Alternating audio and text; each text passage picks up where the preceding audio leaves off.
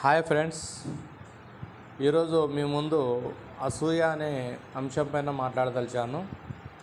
ఈ అసూయ అనేది మనుషుల్లో ఉండే ఒక మానసిక వ్యాధి అండి. ఈ వ్యాధి ఉన్నవారు తాము సంతోషంగా ఉండరు, ఇతరుల సంతోషాన్ని వీళ్ళు ఓర్చుకోలేరు. అంటే ఇతరుల యొక్క అభివృద్ధి, ఇతరుల యొక్క మంచితనాన్ని వీళ్ళు చాలా బాధపడుతూ ఉంటారు లోపల.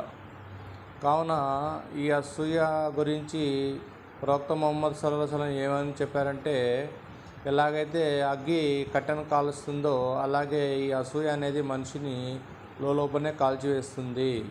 కావున మీరు ఈ అసూయ నుండి దూరం ఉండండి అని చెప్పారు.